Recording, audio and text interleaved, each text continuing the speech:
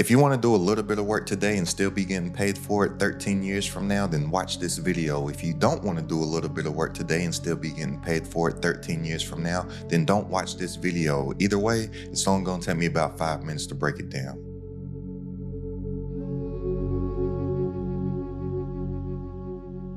Have you ever had YouTube recommend you a video that's really old, what some of the kids nowadays would even call ancient? Like something that looks like it was shot in 2010 with a potato?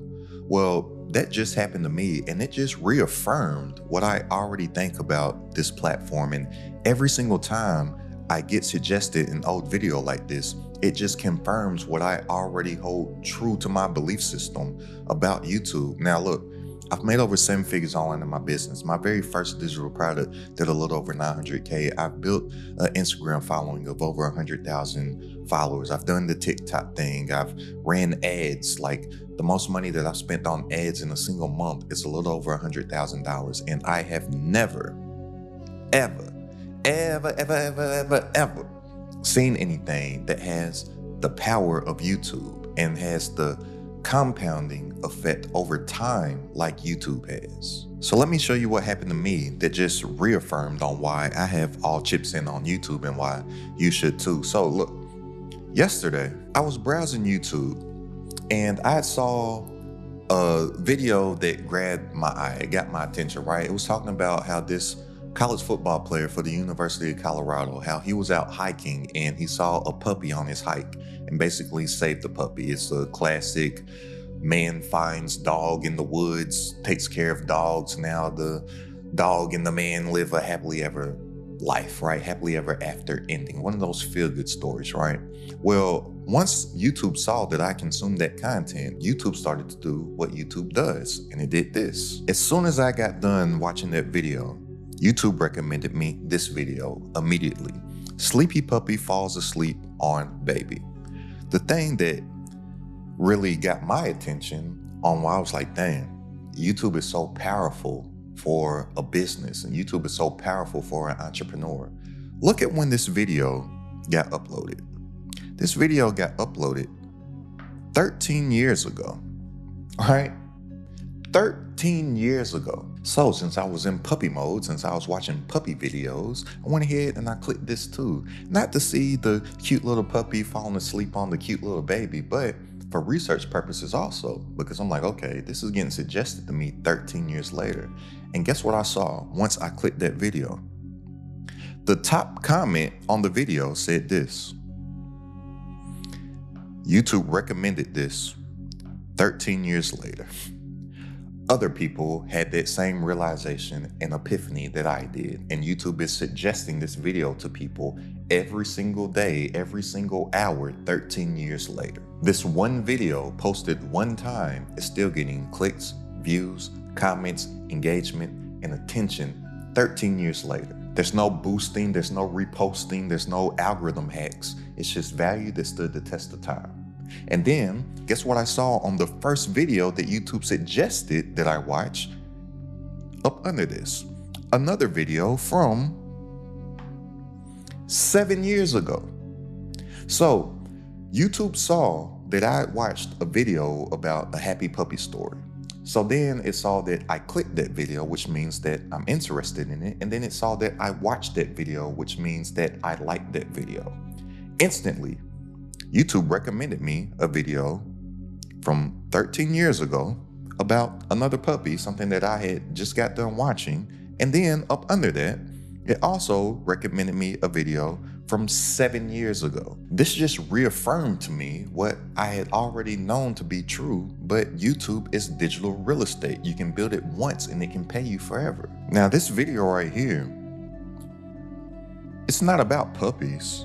It's about permanence. It's about perpetuity. It's about forever. Because this creator right here, 13 years ago, they probably uploaded this video, smiled, looked at the views for a week or two, and then went on with their life. But guess what? YouTube didn't. The algorithm said, hey, people still like puppies, and suggested it to me 13 years later, a completely new viewer. And the crazy part is that I didn't have to search for this video. YouTube knew that I wanted to watch it because I had just watched the puppy video. That's evergreen power. That's why YouTube isn't just another social app like all this stuff over on social media. It's a discovery engine. And when you treat it that way, you'll stop chasing trends and start building assets. And we got to be real, most people out here losing on short-lived platforms. Like something on Instagram is dying in like 24 hours, if that. Something on TikTok, it's dying in like 24 hours, if that. Something on X or Twitter, it's dying in like immediately. Even something here on this platform, YouTube Shorts. Yeah, they might live a little longer. Yeah, you might get some views. Yeah, you might even get some subscribers. But who are those subscribers, and are those going to be people that would actually buy your offers and a customer base to where you could actually build a business off of? Pretty sure that it's not. Because think about it. You can remember the last YouTube video that you watched, the last long form YouTube video that you watched, but I bet you can't remember the last short that you watched. I bet that you can't even remember who the creator was of that last short that you watched. Why is that? Because short form content doesn't build connection.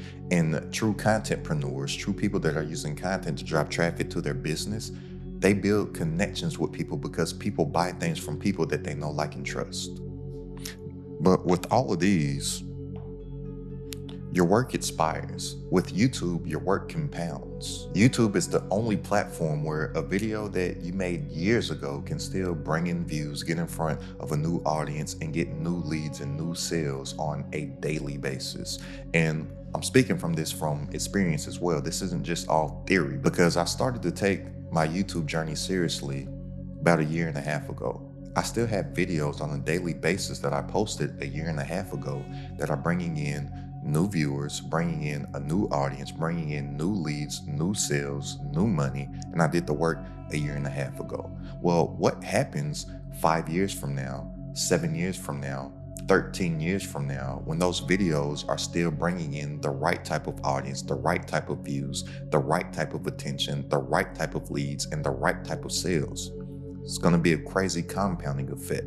It's just like compound interest. It's just like real estate. And every single time I create and I post a new video, I'm just adding to my rental portfolio, because not only are all of these videos or these digital assets that I post going to be making a little bit of money over time from YouTube AdSense, like, that's not the goal. It's cool to get a little bit of extra money from some stuff that you were already going to do, but that's not the goal. The goal is that I actually have an offer that I'm driving all of this traffic to. So not only are these little videos from yesteryear still making me a little bit of money just off of YouTube AdSense, like one video, for instance, at the time of me recording this video, it's brought me in about 13 or 14,000 subscribers, and it's paid me about $5,000. Like, yeah, okay, that people are like, oh, $5,000 off of one video. Like, that's cool, but how much money did that one video bring the right type of eyeballs and attention to my actual offer? And I have my offer tied to every single one of my videos. So not only over time, it's the compounding effect of a new audience coming in over time happening on my channel, but it's all these people coming into my offer, and I'm offering something that I know that I'm going to be doing for at least the next 10 years. And then if I do want to switch it up and do something different, well, who better to market that to and make that offer to than all these people that are already tapped into my offer? And if I do come up with something else that I want to offer to the marketplace, it's going to be something adjacent that makes sense with all these digital assets that I already have up on my channel anyway. So I would still be getting the right type of attention, the right type of eyeballs, the right type of viewership, the right type of links a decade from now, because I would come up with something that would be lane adjacent to what I'm doing right now if I did want to do something different. And that's why you need to be focused on creating evergreen content, right? As an entrepreneur, we're in the problem-solving business, period. That's it. If you just think about it, every single dollar that somebody spends on anything, they're spending it on something that solves a problem in their life, whether it be educational stuff, whether it be entertainment stuff, whether it be food, health, like literally anything, relationships, regardless. Any dollar that you spend on something, you spend it on something that has a perceived value to you, and that perceived value fixes or handles an issue that you're currently having in your life that you are willing to exchange that money for. And it's always an unequal value proposition. That's where a lot of people are messing up also in their offers, or that they're thinking of something that they can come up with that has an equal dollar amount to the money that somebody is going to spend for their problem, but that's not the case. Your offer has to have an unequal value proposition. So your offer has to be perceived as more valuable than the money that somebody's going to spend on your offer. If your target customer doesn't have that perception of what it is that you have to offer, then they're just going to take their money and spend it somewhere else because they're not going to think that it's worth it. Like even on a small level of getting snacks, there's certain stuff that I won't buy because I'm like, that's not worth it. But I'll spend that $3 on my chili spice dried mangoes from Trader Joe's because to me that $3 is worth it, so I can have a better experience while I'm sitting on my couch watching my favorite TV show. The chili spice dried mangoes with a little bit of lemonade, it just brings the lazy experience up a little notch. But this long-term power of YouTube, that is the difference between YouTube and social media. Social media rewards attention.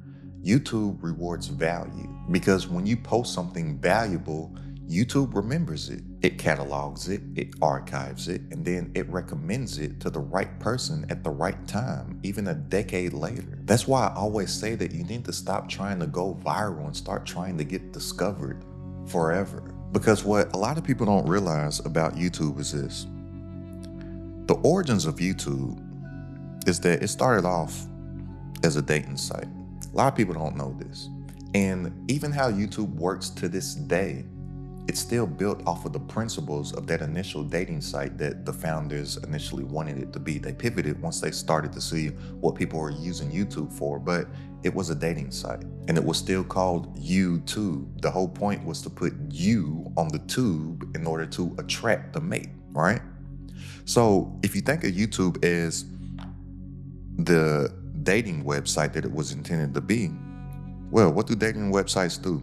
Well, they have people over here that have common interests, and then they have a group of people over here that have similar interests, and then all that they want to do is match this person with the right person for a date, right?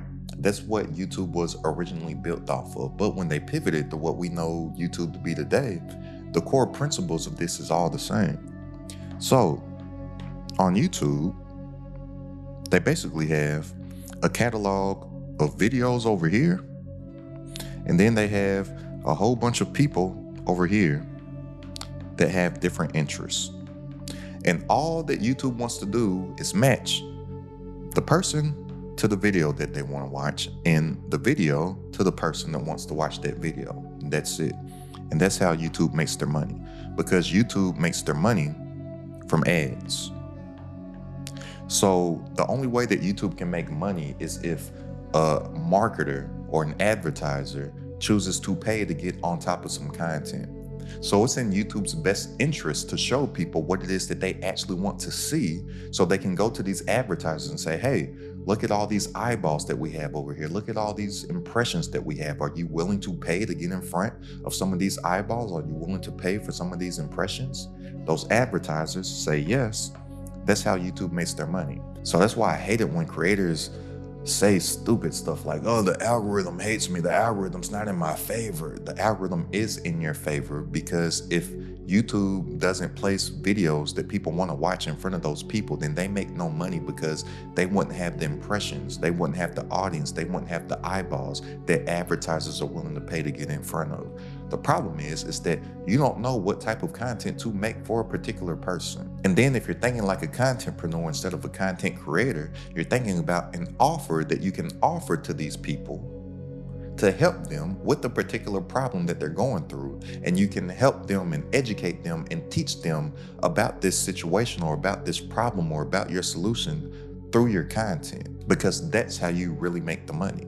So think about it. If all these advertisers are willing to pay to get on your content to sell stuff to people, why don't you sell stuff to people with the audience that you're already growing? And those people will buy stuff from you instead of the advertiser because they'll grow to know, like, and trust you, not the advertiser. Think about the stuff that you've bought online from people, especially educational stuff.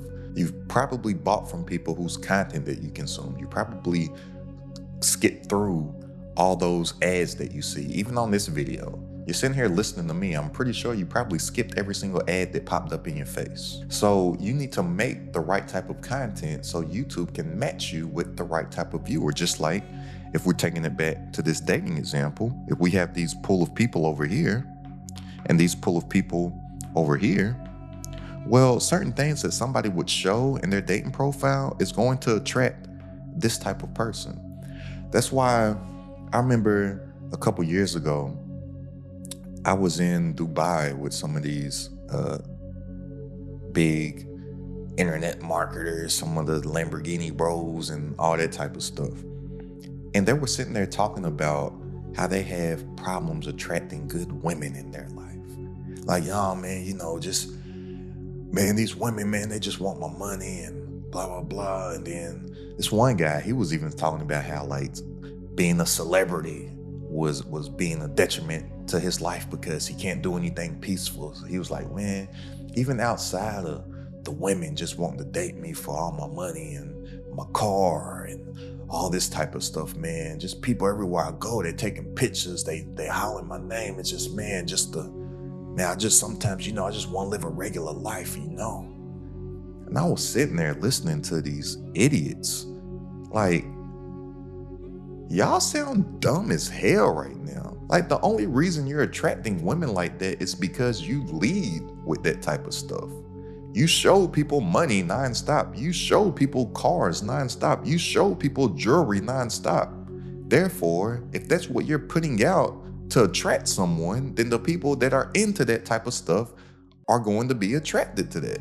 Like, no, you're not going to attract the type of woman that sits there at a coffee shop and reads the autobiography of Asada Shakur while she's drinking a macchiato or something like that. And then to the dummy that was talking about, oh, the celebrity status was getting to him. I'm like, bro, you only got 200,000 followers. That's not that many people in the world, let alone the country. Bro, nobody really knows who you are. You think that people know who you are because you have your social media handle on the front window and the side window of a Lamborghini and the back window. Of course, people are tagging you in pictures because every single place that you go, people are taking pictures of the car. People are standing in front of the car because if you go to certain cities, you'll just see these cars and people just take pictures with them. Have you ever been to Miami? Like, when I go to Miami, I just see people just standing, taking pictures next to fancy cars. I'm like, and the only reason that they know who you are because you blast your name and your social media handle on it. Like, you get the attention that you claim that you don't want because you put it out there for people to consume, and that's why you attract that type of energy. I'm telling you, man, this internet stuff got a lot of people out here tripping. Like, people are nowhere near as important as they think that they are. I was like, dude, people are living their life on a day-to-day basis. They are not thinking about you like that. I'm sorry, but I just remember this conversation. I was like, I gotta get away from these weirdos as soon as possible. Like my mama, I remember I was in the car with my mama a couple years ago, and I was just having the conversation, and just certain names came out that I assumed that everybody knew because these are big names in my world. My mama had no clue who Mark Zuckerberg was. My mama had no clue who Jeff Bezos was, right? She knows what Facebook and Amazon were, but she didn't know who created those. She didn't know the founders of those. She didn't know the creators of those. So I'm like, dang, somebody that I thought everybody knew, my mama had no clue who they were until I told her. I was like, nah, he built Facebook. Nah, he owns Amazon. She's like, oh, okay. So I'm like, if the regular everyday person may not even know who Mark Zuckerberg is or Jeff Bezos, I'm like, why the hell you think the whole world knows who you are with your 200,000 Instagram followers? Like, get the hell out of here, man. And I'm sorry on my little rant, but there's a lot of weirdos out here. And I mean weirdos. Like, I'm cool with weird people. I think everybody has their own things that are weird about them and their own little quirks. And I think that's actually the coolness in people. They're unique, cool things. Or when people are into certain weird things, or like, I love to hear somebody passionately talk about something that I have no clue about. I'm like, oh, that's really cool that you're into model cars. Not for me, but I think it's cool that you think that that's cool. And a lot of people might think that that's weird. But I like that type of stuff. But the weirdos, you don't want to be a weirdo. You can be weird. But weirdo, that's when you start to get into that strange category. And a lot of these entrepreneurs that I've came across, especially some of these people that live in Dubai or talk about moving to Dubai, and a lot of those guys down in Miami, and some of those guys in Atlanta. I'm sure that the weirdos are everywhere, but from my experience, those are three hot hubs for grade A weirdos. But to take it back to this, if you're thinking like that contentpreneur and you're thinking of using YouTube as the matchmaker service as it was originally intended to be and still is doing, well, then you're thinking of stuff that your target customer, that your avatar would find valuable.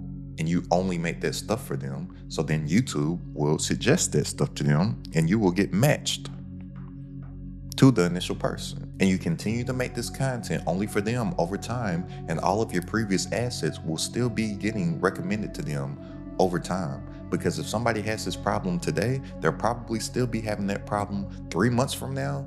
Other people will probably still be having that problem a year from now. Other people will probably still be having that problem 13 years from now. The number one guy on YouTube whose content that I watch right now, I watch videos of him from 5, 6, and 7 years ago. I don't really watch much of his content that he posts now because he still consistently uploads videos, but the stuff that he makes now, it really isn't for me.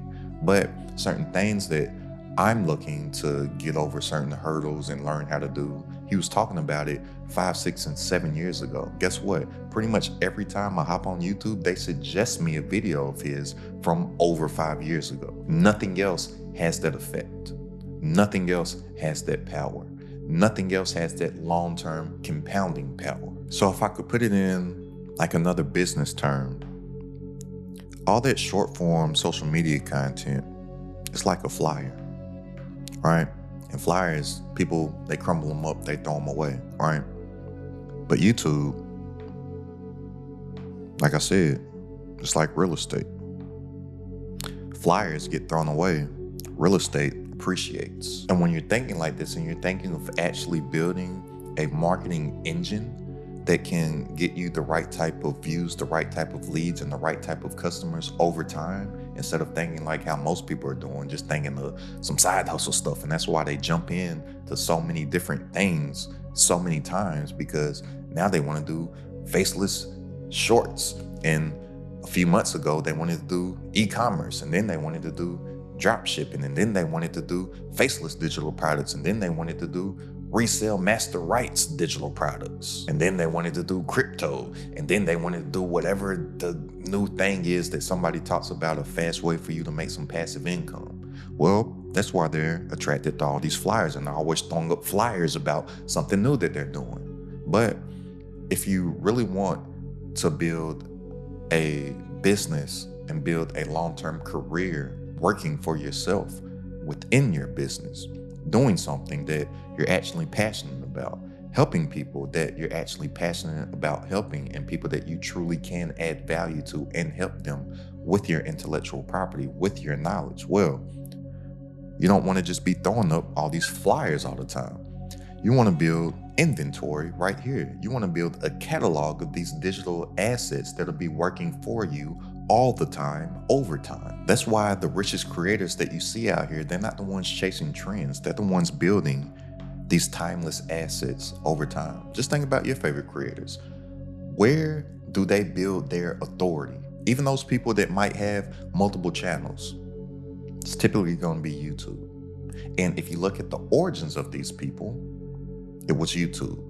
And then they figured out YouTube and had an abundance, and they let that abundance trickle and overflow into other aspects. But typically starts on YouTube. I'm not saying the most popular creators. I said the richest. There's a difference. And that ever so elusive passive income that everybody is out here shooting for, when passive income is pretty much like a myth. Like, it damn near doesn't exist the way that people think that passive income exists. I think the way that most people think they want passive income is actually monthly recurring income. But I digress. That passive income that everybody talks about, YouTube is the closest thing that you can get to it as far as a creator, because you get paid today for some work that you did way back then. So you didn't have to do more work in order to get it. You didn't have to do more work to get that click. You didn't have to do more work to get that view. You didn't have to do more work to get that lead. You didn't have to do more work to get that sale, right? So that's some of the semi-passive income that everybody be talking about. I hate that passive stuff, man. So many people focus on passive income, when true passive income is when your active income gets to such a level that you just have an abundance and an overflow that you're looking for long-term vehicles to dump it into. That's when people need to be thinking about passive income, not when they don't have anything or are a small level entrepreneur. And when I say a small level entrepreneur, don't think that I'm separating you and I, because most of the people that you may look up to or aspire to do something similar as in business, especially on the internet, they're all small level entrepreneurs too. Because by definition, a small business is any independently owned company that has less than 500 employees. So don't be so hard on yourself and thinking that there's a big, huge separation gap between you and whoever else's content that you're out here watching, or whatever new guru of the month pops up, or whoever it is out there. Small business are people that have less than 500 employees, and damn near everybody out here got less than 500 employees. And then outside of that, I think it's either less than 500 employees and companies that make like less than 7.5 million a year. Like, I think these are the thresholds for small business by definition. Like, you can fact check me on here, but it's going to be somewhere around here. If I'm off on the numbers off the top of my head, I'm probably not far off. So don't think me saying like smaller entrepreneur is like a dig at you, because I'm in that same boat too, all right? So now the big question is, how do you create this content that lasts? Well, for one, you got to stop chasing trends. So stop thinking what is trendy and start thinking what is timeless. Even if you just think about music, like I love music and I'm listening to a lot of rap right now, because rap is the thing that I listen to when I'm getting in like a creative mode, and I'm in a big creative mode and creative sprint right now. But outside of rap, I'm either listening to R&B from the 70s or the 90s. So mainly I'm listening to R&B from the 70s, the 90s, and I'm listening to rap. Well, who do I listen to pretty much on a daily basis? Old stuff that is timeless, not a lot of the trendy stuff. So usually the trendy stuff is here today, gone tomorrow. It's the timeless stuff that lasts forever. I can tell when I'm listening to a Kendrick Lamar song that he was not thinking about, oh, what is hot and what's popping right now. I can tell when I listen to a Drake song that he is thinking about, oh, what's hot and what's popping right now. That's why it feels different. And I'm not even talking about any of the differences between them two. Those are just two examples that came to mind right now. When I'm listening to Al Green, when I'm listening to Confunction, when I'm listening to George Clinton and Parliament, and Frankie Beverly and Maze, and Aaliyah, and Sade, and Jill Scott, and Erykah Badu, D'Angelo, Voodoo, rest in peace to D'Angelo. Like, you can tell when you listen to that they weren't thinking about what is hot right now. Because I can go back to those eras and listen to the songs that were hot during that moment, and they were only hot during that moment. You can tell that there was like a formulaic formula that certain individuals were using with music. And it's the same with content. Look, algorithms change, but human curiosity doesn't. Make videos that solve problems or answer questions that people will always have. Now, even though I say to stop chasing trends and think about stuff that people are always going to be inquisitive about, things that people are always going to be curious about, problems that people are always going to have. With YouTube, you may have to follow some of the current trends as far as getting the attention initially, but the basis of that content can be some of that timeless stuff. Now, when I'm talking like that, I'm talking about, which is the second, is like packaging. Right? So there may be something that's hot right now as far as the packaging of something, and you can get some inspiration of something that's working right now. So you can like, oh, okay, I don't have to reinvent the wheel. I see that this is working right now, but let me make this video with that evergreen content. Let me not just talk about some stuff that's going to be here today, gone tomorrow type thing. And also another level within your packaging, you need to package all of your videos as the offers that they are, or those digital assets. So what I mean by this is that your video should sell the click, not your personality. And there's so many creators that are thinking way too clever, and they're thinking about stuff that is cool to them or stuff that they think is unique. And they think that that's the reason why somebody is going to click and watch the video. It's not. So for instance, me, right? I help entrepreneurs and aspiring entrepreneurs increase their income, impact, and influence online, right? Well, let's say that I wanted to make a morning routine video.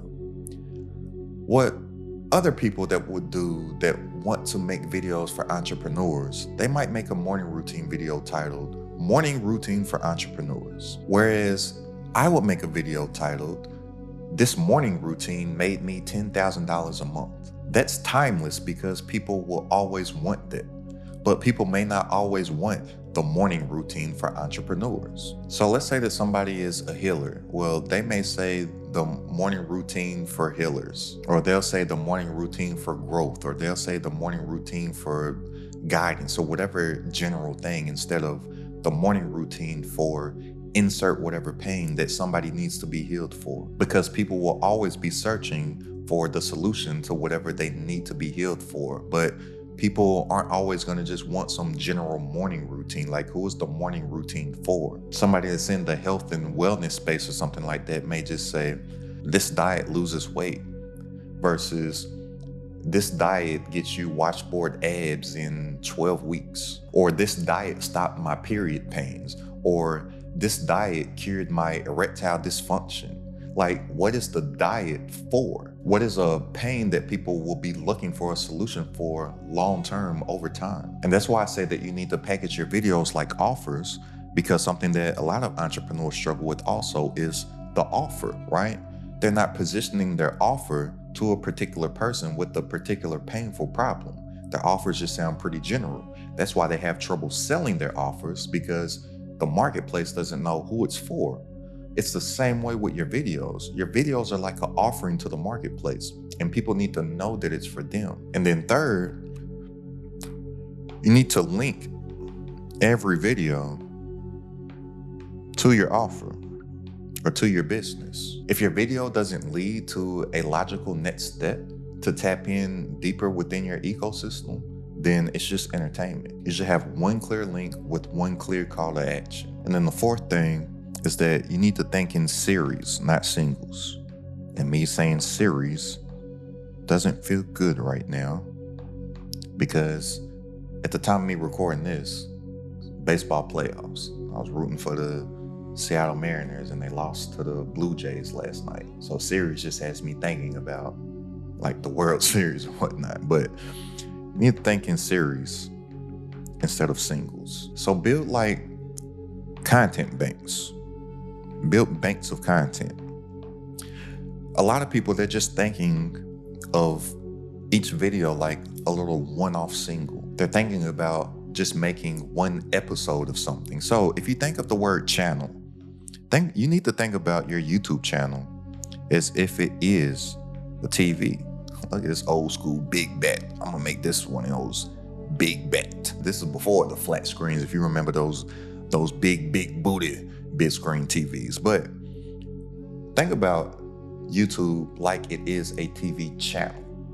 So all these people want to grow these channels, but they're missing the word channel right there. So Each and every single channel is known for a particular thing. So say me, last night I'm watching the baseball playoffs, right? MLB playoffs. Well, if I turn it on, which they happen to be on Fox Sports 1, FS1, if I turn it on FS1, I'm expecting to see sports on that channel. And then not only that, I'm not expecting them to just show me one game and then that's it, and then never show me any more games. They're going to show me a series, right? So, like last night, I was watching the best of 7 series, and then the next round is going to be the World Series. They're not just going to show me one game. And a lot of creators' channels are like that. Like it's just one video about some random topic, and then some other video about some random topic, then some other video about some random topic, instead of having series. So think about your favorite TV show. It's a series, right? It's not just one-off episodes. So create content banks and create playlists to where certain videos can go with each video, and then you can start to get a bingeable effect. Once people start to discover you, they can then discover a playlist to where each video goes together, or each video may be a series of something. Or on your end cards, you could recommend that somebody goes to an actual playlist to where they get that bingeable effect, or how you monetize over time. I call it the binge and buy effect, because people come to know you, then they start to like you, then they start to binge your content, and then at some point they become that customer right there. And that's through the know, like, and trust effect, and that happens through the binge and buy effect. But you could give call to actions within your videos to check out this playlist, and then it'd be a playlist of a series of videos that you put together to shorten the time frame between that know, like, and trust factor. You're shortening the time frame because they're consuming more of your content in one go. But each one of your videos, they need to feed each other. Whereas a lot of creators, each one of the videos that they create, they actually cannibalize each other because they're about so very different topics. And then they wonder why it's hard for them to grow an audience. But remember, YouTube originally started as a matchmaking service. So they're confusing YouTube about who to place their videos in front of, because they're always talking about such diverse topics. And then fifth, focus on the quality of your message, not the quantity of your edits. And this is really, really holding a lot of people back. And it's holding a lot of people back, not only mentally, but in actual time also, because a lot of people are thinking that the edit is what makes a quality video. And they spend so much time editing their videos versus thinking of making a quality message. It's not all the theatrics of something that will hold somebody's attention. It's not all the theatrics of something that actually attracts people. It's not all the great edits and all that type of stuff that'll get people to sit down and focus and watch something. It's the quality of the message. Now, I'm not saying to put no effort in edits, and everybody has different types of videos that they make. Some people may need less editing for stuff. Some people may think or feel that they need more editing for stuff, whatever. But that's not going to be the reason why you build an audience. It's going to be the quality of your message. So always put message over the edits. The videos that last are clear, not clever. And people rewatch the stuff that helps them, not the stuff that dazzles them. But the mental shift that every contentpreneur needs to make is to stop thinking like an influencer and start thinking like an investor. You're not posting content, you're planting these little seeds. And those seeds grow to be these beautiful money trees. And when you tend to the seeds that you sow, you'll see that you'll get numbers coming in online your business, just like all them that you see on the screen right now. And if you're ready to make more working less online from stuff that you already know, go ahead and click the link down in the description and join this Credit at the Top community. For personal coaching from myself, all my exclusive trainings, plus a private community of entrepreneurs, all designed to grow your business online. It's only a few bucks a day to join right now, literally less than a cup of coffee per day. So go ahead and click the link down in the description and tap in, and I'll see you on our coaching call this Wednesday. But when you realize that every video is an asset, you stop focusing over how fast it grows, and you start focusing on what it's growing into. And that's the long game. And that's how you can literally do the work once and get paid forever. So go ahead and click the link down in the description if you want to tap into the community. And I'll see you on our coaching call this Wednesday. Go ahead and check out this video right here for 3 tiny digital products that are guaranteed to sell. It's Credit at the Top.